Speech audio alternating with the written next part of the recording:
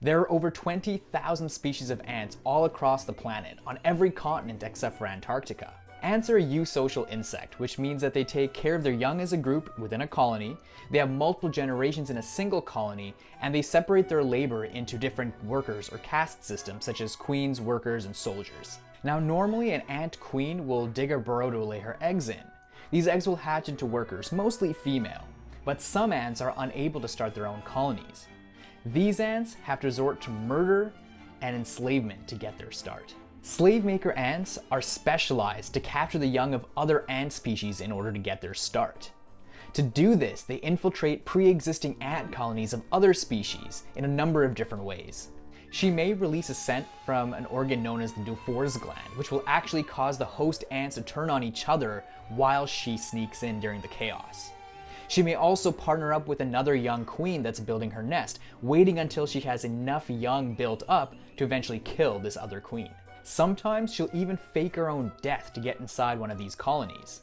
Now once inside, she'll look for the old queen and kill her, covering her in the blood of that old queen and taking her place as the queen of the new workers. The workers then begin to care for her just as they would their own queen, as she gives birth to more slavemaker ants. Once a new army has been built, the raiding begins.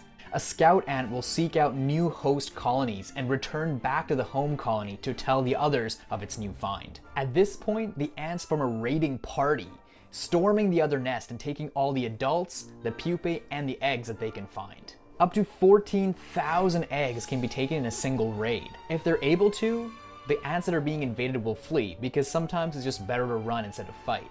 But those that aren't so lucky will become enslaved by the slavemaker ants and begin working for them just as the others did. Any ants born from the captured eggs will imprint on this new colony and will join the slave-making ants in all of their raids.